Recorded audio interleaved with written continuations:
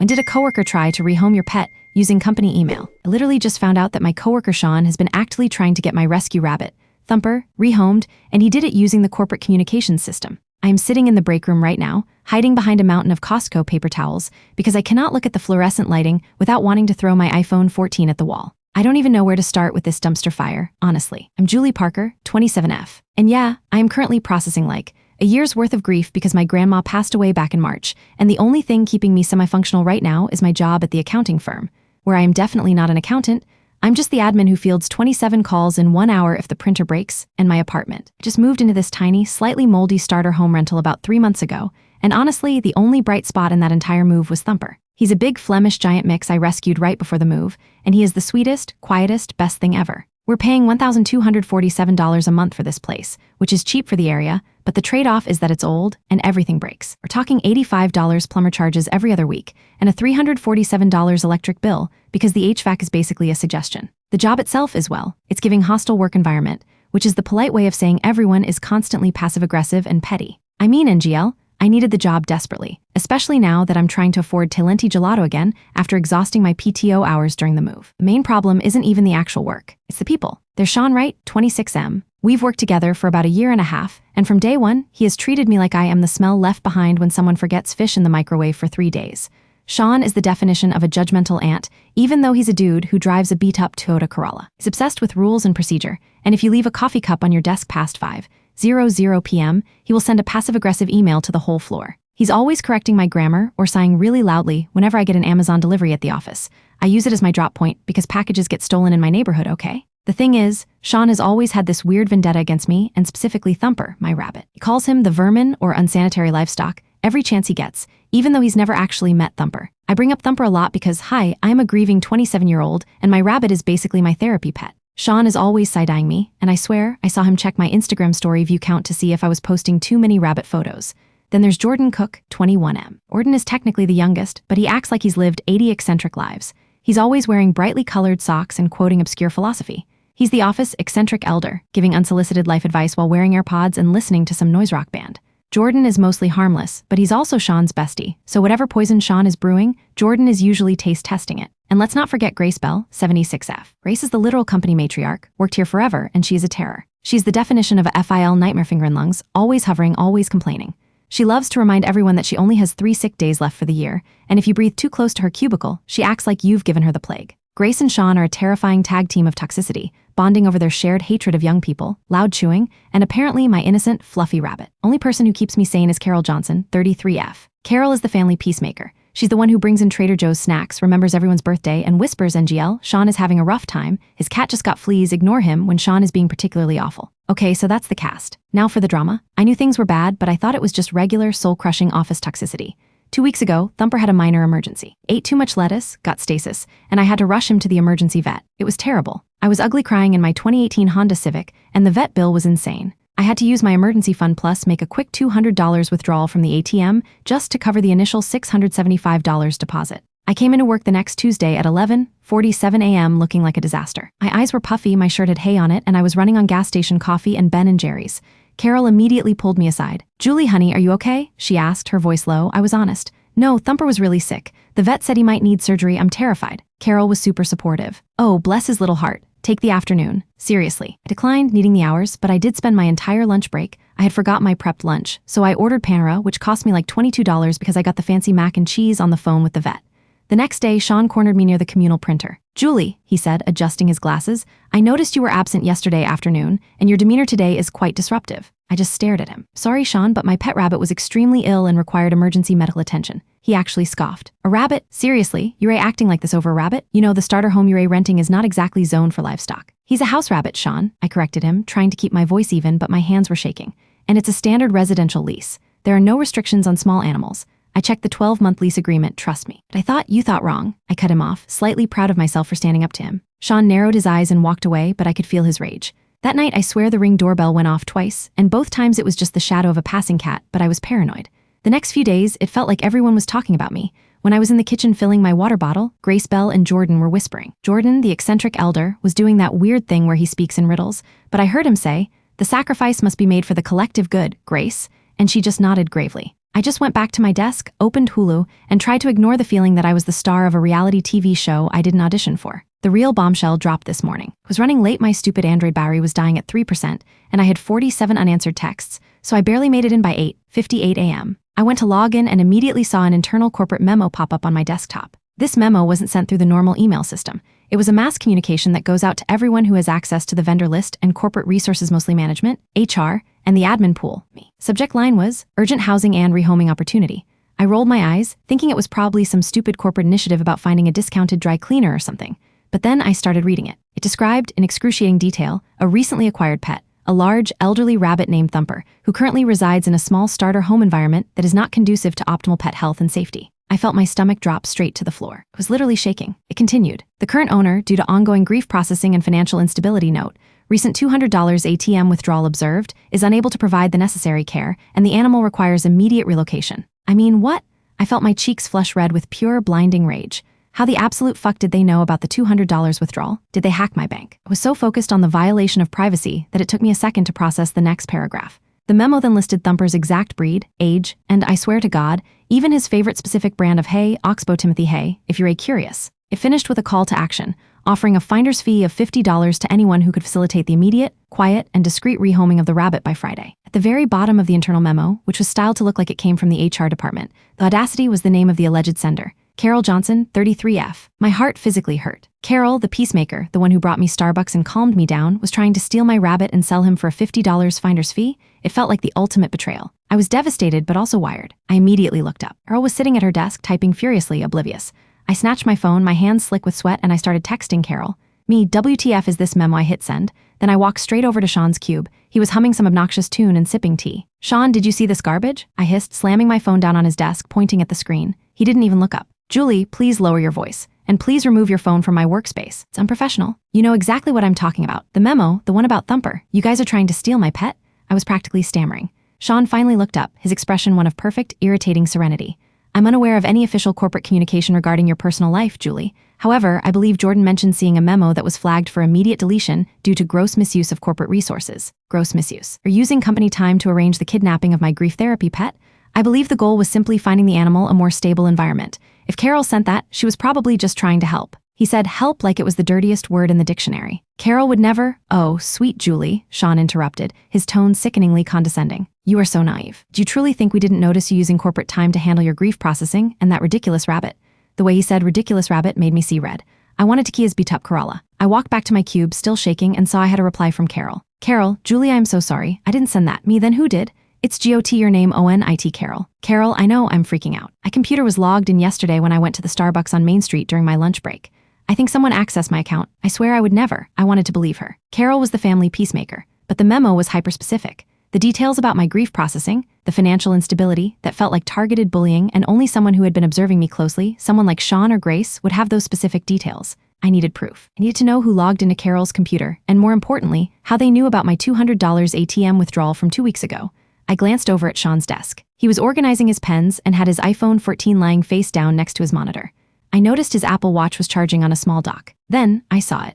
Tucked behind his monitor, half hidden by a stack of files, was a very familiar-looking paper. It was a printout of the urgent housing and rehoming opportunity memo, but this one had tiny handwritten notes in red pen in the margins. I waited until Sean got up to go to the kitchen. He always takes exactly 7 minutes to microwave his lukewarm leftover dinner. I bolted over to his desk, heart pounding, adrenaline screaming in my ears. I snatched the paper. The notes were chilling. Side the line about Thumper being elderly, he's 5, which is middle-aged for a giant rabbit, not elderly. Sean had written, needs better justification. Use unstable environment angle. And then, next to the paragraph detailing my financial struggles and grief processing, he had written, Grace provided the specific withdrawal information. Mention the $43.67 grocery bill from last week to shows fiscal mismanagement. My jaw literally dropped. Grace Bell, the FIL nightmare. She had been tracking my finances. But how? I use Zelle for rent and Venmo with friends, but I don't use Cash App or PayPal for anything related to work, and I certainly never gave Grace access to my accounts. Wait, the $43.67 grocery bill, that was a purchase I made at Costco last Thursday at 5:30 p.m. I remembered running in quickly to grab snacks, using my corporate Costco card that I use for stocking the break room with paper towels and coffee supplies.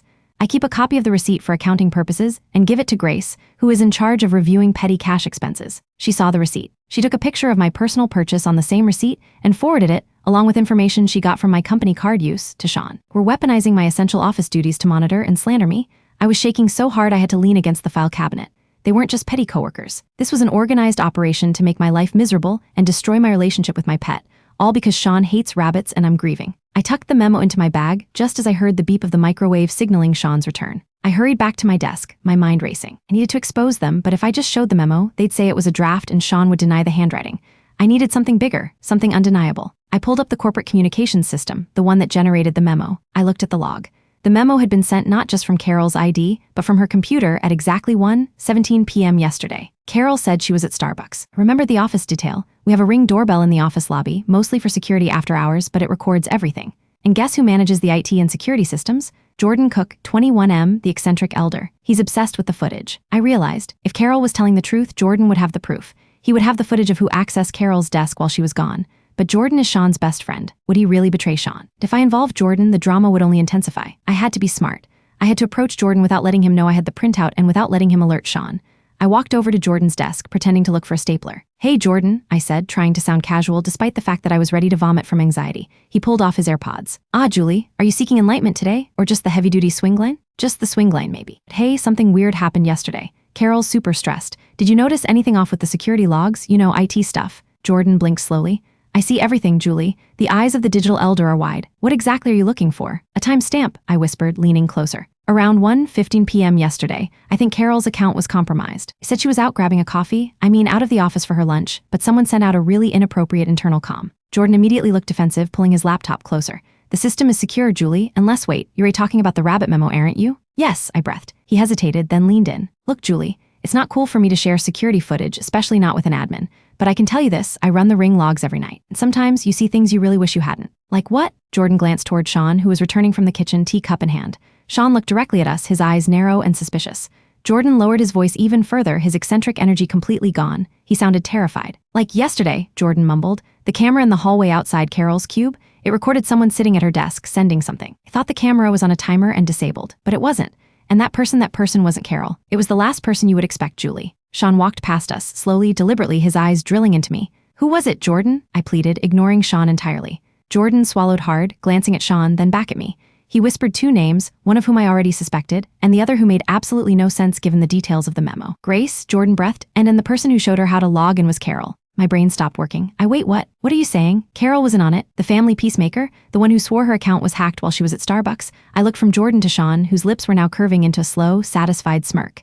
This means Carol wasn't a victim. She was the inside agent. She sent the memo herself, then instantly deleted the evidence and threw the blame onto some phantom hacker, only to later conspire with Grace, the only one who had access to my receipts, to create the perfect smear campaign. "But why?" "Julie," Sean called out, stepping closer. "Are you done harassing my colleague?" Jordan stood up abruptly, knocking his chair back. He looked between me and Sean, pure panic in his eyes. "No, I'm not done," I said, staring directly at Sean. "So I just found out how far you and your flying monkeys are willing to go." I didn't give Sean a chance to respond. I just grabbed my bag, my heart absolutely racing, and ran out of the office, forgetting my jacket, my keys, everything. I am in my car right now, in the far corner of the parking lot, typing this out because I cannot believe Carol, the person I thought was my friend, was actually trying to get my pet rehomed while faking sympathy over my grief. I checked my text messages. I have 11 new texts from Carol, all saying, "Call me back please, Julie. It's a huge misunderstanding. I'm so scared." I am so much more than scared. I'm enraged. I still have the printout Sean had, with Grace's name mentioned as the source of my financial details, but now I know Carol was the active participant, the one who pressed send. Why would she help them? And the worst part, as I was driving out of the parking lot, I noticed something sticking out of the trash can right outside the main office entrance. It was a shredded piece of paper. The paper looked suspiciously like the flyer format I had just seen in the internal memo. I stopped the car, jumped out. I know, super dramatic, and dug it out of the bin.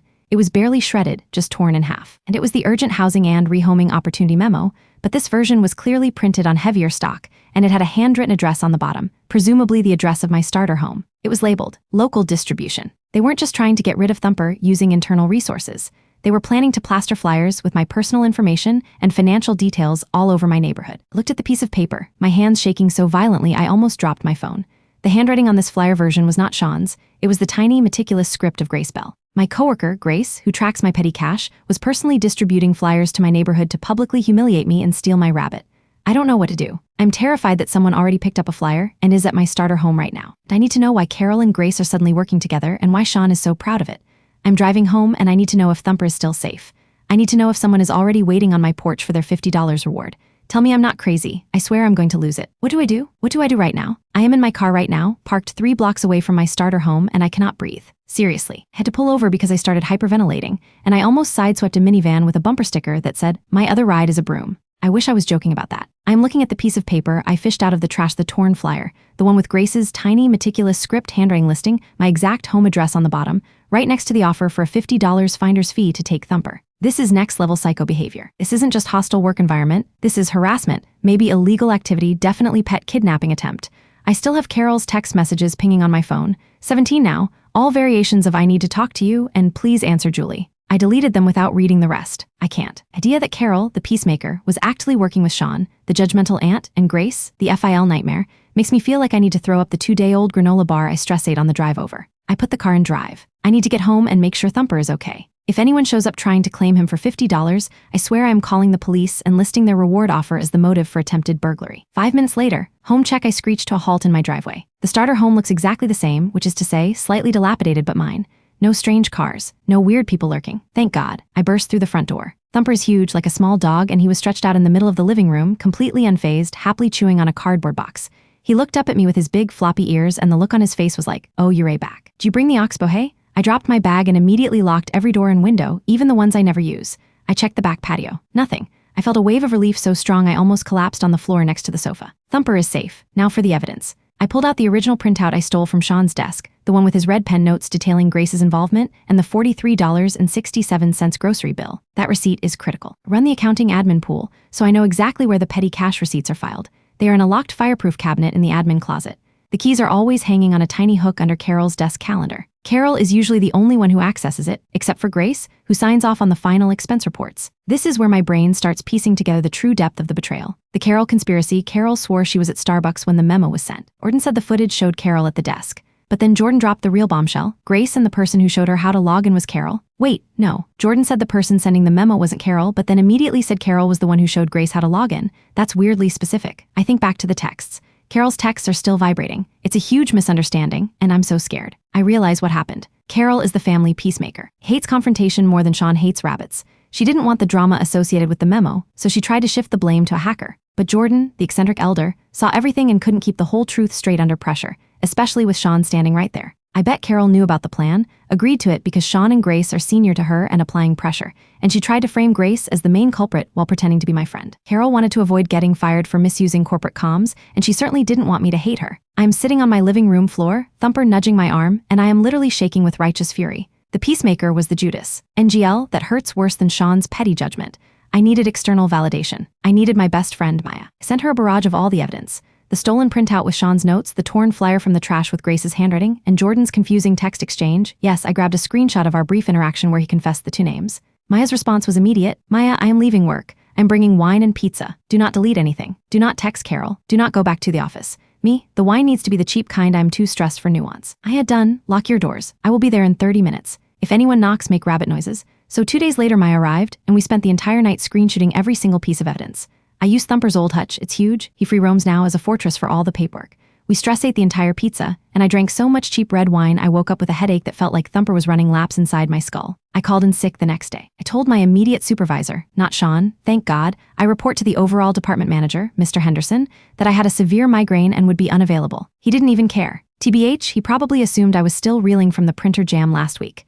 I spent the whole day trying to figure out what my next move was. This wasn't just workplace bullying. This was using confidential company information, the petty cash receipts, the corporate comm system, to harass me and try to steal my animal and publicize my financial hardship in my neighborhood. Maya, who's a paralegal for a totally different kind of company, said I had grounds for a complaint, but I needed to approach this strategically. If I just went to HR, Sean would deny the handwriting, Carol would play the victim, and Grace would act like she never saw a receipt in her life. Would be my word against theirs, and Grace as the company matriarch HR would side with her. I realized I needed to use Jordan. Jordan is the key. He's the one who runs the security footage. He's the one who knows Carol is lying. He's also terrified of Sean. I texted Jordan that afternoon. I used a burner app because I didn't want him to know I was texting from home, just in case Sean had somehow convinced Jordan to monitor my phone usage too. I'm paranoid now. I'm officially living my life like a spy movie, except the stakes are Thumper's safety and my ability to afford Talenti. Me via burner app. Jordan, I need the ring footage from yesterday at 1:17 p.m. Outside Carol's desk. I know you have it. It took him 45 minutes to respond. NGL, I almost threw my phone across the room. Jordan, Julie, Why are you using this number? You know this is highly inappropriate. Me, Jordan. Sean and Grace used company resources, tracked my finances, and tried to distribute flyers with my address in my neighborhood. You saw the evidence. You know Carol lied. You also know that memo included the exact amount I withdrew from the ATM 2 weeks ago and that only Grace had access to my expense reports. This is a huge problem. Jordan, look. Sean is my friend. Me, he is using you. He used Carol. He used company systems. You said yourself that you saw something you wished you hadn't. That footage is proof that Carol sent the memo. If you give me that footage, I can protect myself. If you don't, I go to Mr. Henderson with the printout and your testimony about the 2 names you whispered. Which version do you think Sean will forgive? Total silence for another 20 minutes. I went and watched Thumper eat hay. He is so pure. He deserves a better human than one who works in this toxic hellscape. Orton finally replied, Jordan, I can't send the actual video file. It's restricted. But I can send you a few stills. They might look pixelated. Don't tell Sean I gave you this. Seriously, I need this job. My student loans are huge. Me, thank you, Jordan. This will stay between us. 5 minutes later, I got 3 blurry screenshots. The first was low resolution but clearly showed the back of Carol's head sitting at her desk. Timestamp, 1:16 p.m. Second was a shot from the side. You could see Carol typing, but the screen was obscured. Timestamp, 1:17 p.m. The third was the money shot. Timestamp, 1:18 p.m. Carol is standing up but looking down at the computer. And standing right next to her, looking over her shoulder at the screen, is Grace Bell, 76F. Grace, the FIL nightmare, is pointing a bony finger right at the screen. Revelation was instantaneous. Carol and Grace didn't just conspire, they were in the act together. Carol must have sent the memo and immediately called Grace over to confirm the text, or maybe Grace was making Carol confirm the mass distribution settings. Carol then lied about being at Starbucks to cover for both of them. Jordan, the eccentric elder, was telling the truth. He saw someone send the memo, and it was Carol, but Grace was right there, overseeing the operation. I texted Jordan back, me, you're a lifesaver. You don't know how much this means. Jordan, I know, just stop bringing your rabbit up so much, Julie. It might make things easier for everyone. Wow, even the ally had to throw in a tiny jab. The hostile work environment is truly baked into the foundation of that office. Fast forward to Friday, I spent the next 2 days preparing my case. I printed out everything. The memo draft with Sean's notes, the torn flyer from my neighborhood trash with Grace's address handwriting, the text messages from Carol, and the blurry, damning screenshots from Jordan. I organized it all in a 3-ring binder labeled evidence of targeted workplace harassment and breach of confidentiality. I decided against going to HR. I was going straight to the top. I scheduled an urgent financial review with Mr. Henderson, my department manager, who hates conflict and really just wants the numbers to balance. I figured if I framed this as a financial liability for the firm, misuse of corporate accounts, potential lawsuit, misuse of company time, he would act. I walked into the office Friday morning at 8:50 a.m., feeling like I was walking into a duel. I completely ignored Sean, who was polishing his glasses, ignored Grace, who was loudly coughing into a decorative handkerchief, and I absolutely ignored Carol, who jumped up the second she saw me. Julie, please, can we talk? It's not what it looks like, Carol whispered, trying to grab my arm. I pulled away. The only conversation we're having is when Mr. Henderson asks why you were using corporate communication systems to spread lies about me and attempt to facilitate the theft of my property, Carol. Her face went white. Wait, theft. I didn't steal anything. Attempted theft, attempted defamation, and gross misuse of company resources, I corrected, walking toward Mr. Henderson's corner office.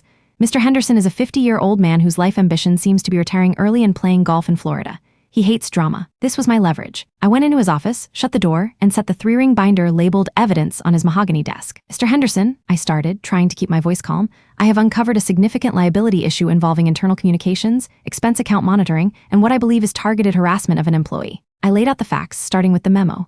I showed him the mass communication that went out under Carol's ID. He just sighed, pinching the bridge of his nose. Julie, I know Sean has been complaining about your rabbit. He's very sensitive to rules, but this seems like a personal dispute. It stopped being personal when they weaponized my company-related financial data, I stated firmly, pushing the stolen printout toward him. Look at the red pen notes, sir. On right is detailing how he and Grace Bell collaborated to get private financial details, specifically the $43.67 expense on the corporate Costco card and the time I needed to withdraw my own emergency funds to create a completely fabricated narrative of financial instability. Grace had access to my receipts because she oversees petty cash review. She exploited that access to feed Sean ammunition. Henderson's eyes widened slightly when he saw Sean's handwriting confirming Grace's specific data points. He knows Grace is a nightmare, but she's also essential to the workflow. Then I showed him the kicker, the torn flyer with my address and Grace's handwriting. They weren't just trying to shame me internally, Mr. Henderson. They were distributing flyers in my neighborhood to publicly humiliate me and lure strangers to my rental home under false pretenses of a finder's fee to take my pet. This is stalking, this is harassment, and it involves 3 employees using their positions to facilitate it. He flipped to the last page, the 3 pixelated screenshots showing Carol and Grace standing together at the computer, looking at the screen after the memo was sent. Carol said she was at Starbucks, Henderson mumbled, staring at the photo of Grace's bony finger pointing at the screen. Carol lied. Orton Cook witnessed the entire event and provided these stills, proving she was present and collaborating with Grace on company time, using company resources.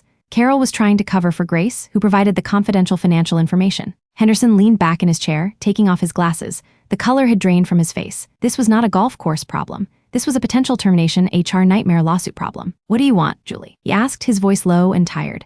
I hadn't planned this part perfectly. I didn't want them fired, necessarily. I just wanted peace and accountability. I want Sean Wright, Grace Bell, and Carol Johnson to be officially documented for targeted harassment and misuse of corporate communication systems and financial data. I want a formal, written apology to be placed in my file and theirs. I want Sean and Grace to be assigned to a different floor, effective immediately, with zero contact with me.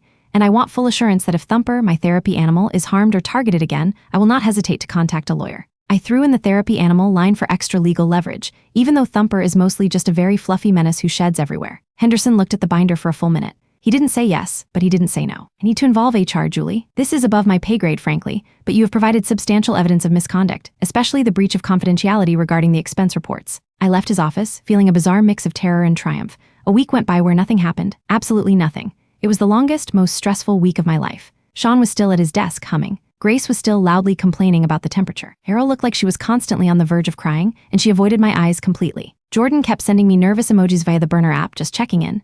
I was waiting for the hammer to drop. I knew Henderson had met with HR because the atmosphere in the office was thick with unacknowledged tension. People were whispering constantly. The copier broke, and 3 people stood silently waiting instead of arguing, which tells you how stressed everyone was. My life outside work was equally complicated. I was constantly checking my starter home, paranoid about the flyer distribution. I installed cheap indoor cameras just to monitor Thumper. I didn't sleep well. Then, Tuesday morning, I got a random email notification. It was a mass communication from HR. Subject: reorganization of administrative pool and financial compliance procedures. My heart hammered against my ribs. I immediately opened it. Email was corporate boilerplate hell, full of phrases like leveraging synergistic opportunities and optimizing operational efficiency. But the result was concrete. One Grace Bell, 76F, would be moving to a satellite office 30 miles away, effective immediately, to focus entirely on historic asset ledger management, aka being moved to a tiny room where she can terrorize old spreadsheets instead of people. Her petty cash review duties were reassigned to a new manager. Sean Wright, 26M, would be temporarily reassigned to a different floor 4, the silence-obsessed data analysis department, for a specialized auditing project, and his admin oversight duties were permanently removed. 3 Carol Johnson, 33F, would remain in her current role, but would be placed on a 90-day probationary period for unauthorized use of corporate communication channels. Or there was a stern, 500-word paragraph reminding all employees that personal financial information, proprietary receipts, and expense account details are confidential, and their misuse will result in immediate termination. This was my win, the specific acknowledgement that they had weaponized my finances. 5. Julie Parker, was listed as receiving a $500 bonus for taking on additional administrative responsibilities during the transition. Translation: hush money, thank you for not suing us. I stared at the screen. They didn't fire anyone. They didn't even address the rabbit memo directly. But they completely dismantled the power structure of the toxic trio and acknowledged the confidentiality breach. It wasn't the perfect, satisfying confrontation I had envisioned, but it was effective. Grace was banished. Sean was exiled to the silent floor. Carol was demoted to the corporate equivalent of timeout. I got $500 and my sanity back. NGL, the $500 meant I could buy a ton of Talenti. The aftermath and the weird encounter, I realized my revenge wasn't going to be a cinematic showdown. It was going to be the quiet satisfaction of continued employment and peace. Sean moved his belongings to floor 4 later that day. I didn't see him leave, but I saw Jordan carrying a large box full of Sean's organized pens and highlighters. Jordan stopped at my desk. He looked utterly miserable. "Hey, Julie," he said quietly, sounding less like an eccentric elder and more like a sad 21-year-old. "Hey, Jordan, I appreciate your help. Seriously." He shifted the box in his hands. "He's really angry. He said the firm overreacted. He thinks you should have just rehomed the rabbit. He thinks I should have just surrendered my emotional support animal because he doesn't like rules, Jordan. That's why he's on floor 4, analyzing spreadsheets, and I'm still here." Jordan nodded. "Yeah, look, I am sorry about everything. I never wanted it to go this far." "Did Carol actually show Grace how to send the memo?" I asked, needing final confirmation. "Yeah, Carol sent it, then Grace came over and they were arguing about whether to hit send to external vendors too. That's when the camera got them. Earl was trying to cover her butt with you, but she didn't want to piss off Grace and Sean, who were basically holding her job over her head." I sighed. "The peacemaker was just trying to survive." "Exactly," Jordan confirmed. "But Sean was the puppet master. He hates your happiness, Julie. That's what this was all about. You being young and grieving and still finding joy in a giant rabbit. He couldn't stand it." Jordan walked away, leaving me with a surprisingly profound piece of unsolicited advice. Grace, being Grace, left a massive resignation email detailing how the company was now run by woke toddlers and vermin sympathizers. But she was gone. Good riddance. Carol, however, remained, and she kept trying to apologize. The following Wednesday, Carol cornered me by the communal coffee machine. "Julie, please, I need to explain. I never wanted to hurt you or Thumper. Sean and Grace were making my life hell. He said if I didn't use the communication system, they would report me for taking too long of lunch breaks. I was scared I'd lose my job." I looked at Carol, the former peacemaker, who was now just a stressed-out woman facing probation. You publicly tried to defame me, fabricated evidence of my financial distress, and helped distribute a flyer with my address and a reward for my pet, Carol, all to save your 15-minute Starbucks trip. I know it sounds awful. It is awful. You smiled at me, brought me snacks, asked about my grief, and then turned around and stabbed me in the back. You were the only one I thought was truly on my side. Carol burst into tears. Actual, snot-running, messy tears. I am so sorry, Julie. I really am. I was weak. I was scared. I hated myself the second I hit send, but Grace was pushing me about the petty cash and saying I was too soft and Sean was just relentless. I didn't forgive her. I didn't have to. I need space, Carol, I said, grabbing my lukewarm coffee. We can work together, but we are not friends, not after this. I walked away. It wasn't dramatic, but it felt like setting a boundary I desperately needed. 3 weeks after that, life at the office is surprisingly quiet. Sean is still on floor 4. Grace is gone. Carol is quiet and hyperefficient, desperately trying to prove herself to Mr. Henderson. He's my $500 bonus to get a slightly better, mold-free rental apartment that actually has in-unit laundry and lower electric bills. It's $1,400 a month, a little pricier, but the peace of mind is worth every single penny. I'm moving out next month, leaving the starter home chaos behind. The final, bizarre piece of the puzzle came this morning. I was getting ready for work, sipping my gas station coffee, when my phone rang. Unknown number. Usually ignore them, but I was feeling brave. Hello, a shaky, elderly voice responded. Is this Julie Parker? Yes, speaking. This is Grace Bell. I'm calling you from the satellite office. It's a nightmare here. The heating hasn't worked in 3 weeks and there are actual mice. I didn't respond, just waited. I just wanted to call and clarify something about the flyer. I didn't actually want your rabbit. Then why did you put my address on it, Grace? I asked, my voice flat. Sean told me to. He made me look up your address using the vendor records, said it was for a compliance check. He also told me you were financially ruined and that the rabbit was creating a health code violation.